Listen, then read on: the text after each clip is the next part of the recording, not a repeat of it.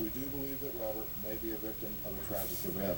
The body of a small boy has been recovered from a canal. I can tell you the body is that of a young boy, approximately the same age and size as Robert Manwill.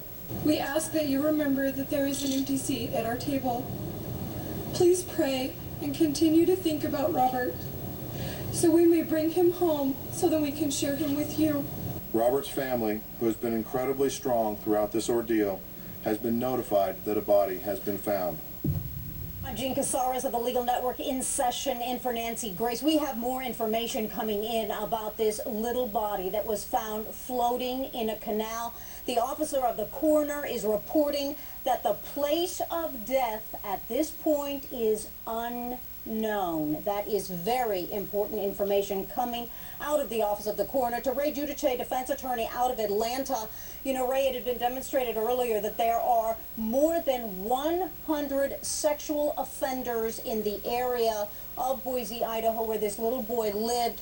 Do you believe that investigators should re-interview them, or at this point launch some type of investigation?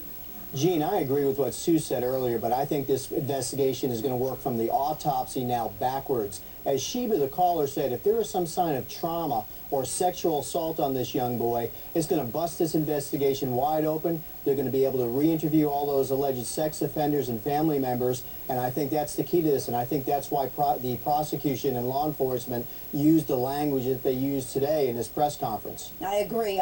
Big messages. To Mark Class, president and founder of Class Kids Foundation. Out of everyone, Mark, I truly think that you are our expert tonight. With everything you're hearing, give us your thoughts. Well, I think that the mom's response to finding out about the little boy, to having to be supported by other people and leaving the police station in tears and requesting privacy is very consistent with somebody who just probably had the shock of their lives. I can tell from firsthand experience, Gene, that losing a child truly is a parent's worst nightmare. And just in the first few hours after that, you are so overwhelmed by grief and by the other various I guess you could call them negative emotions, that it's almost impossible to function.